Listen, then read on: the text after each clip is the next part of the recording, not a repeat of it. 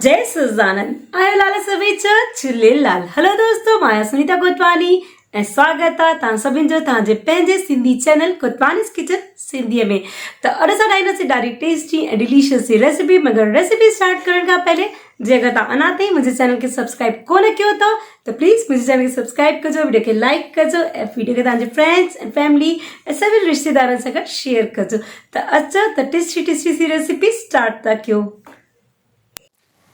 त अॼु असां हिते ठाहींदासीं असांजो सिंधी भुॻल माओ, जेको खाइण में तमामु ई टेस्टी ऐं डिलीशियस हूंदो आहे ऐं मुंहिंजे ख़्याल सां त भई हर कंहिंजो फेवरेट हूंदो आहे। हर कंहिंखे भुॻल माओ जेको आहे न ॾाढो वणंदो आहे। त घर में भुॻल माए जी रेसिपी अचो त स्टार्ट कयूं।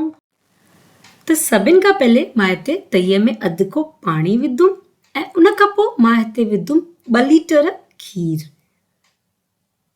त खीर हिन में विझण खां पोइ असां हिन में हिन ई स्टेज ते विझंदासीं खंडु।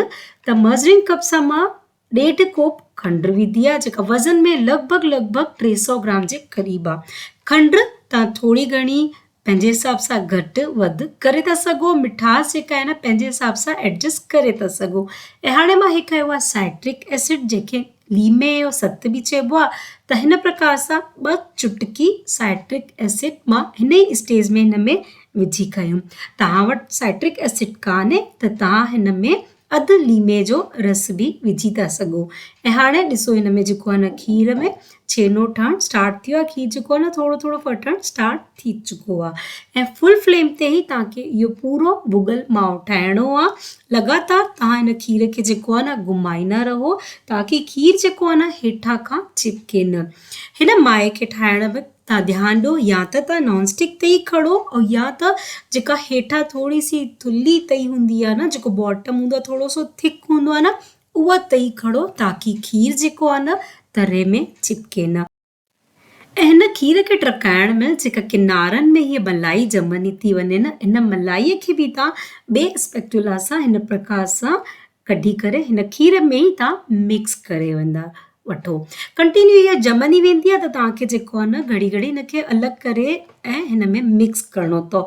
उन सां माए में ॾाढो ई सुठो सवादु ईंदो आहे। त हिनखे ॾिसो हिन प्रकार सां तव्हां घुमाईंदा रहो जेसिताईं इहो पूरो अधु नथो थिए।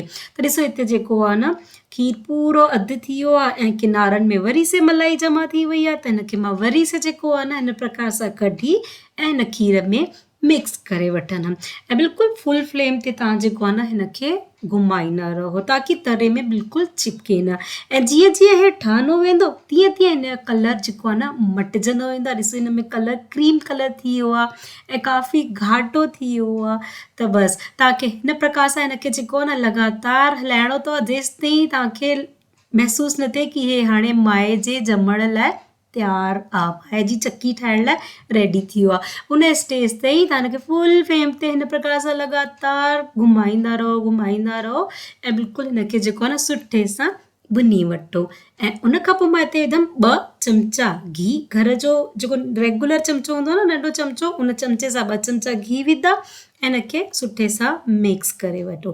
थोरी देरि खां पोइ वरी से मां हिन में जेको आहे न 2 चमचा गिहु विझंदमि। टोटल 4 चमचा गिहु मां हिन माए में विधो आहे ऐं गिहु विझी करे असां हिन माए खे सुठे सां हाणे भुनंदासीं। त गिहु विझी जेॾी महिल असां भुनंदा आहियूं त उनखे चइबो अथव भुॻल माओ।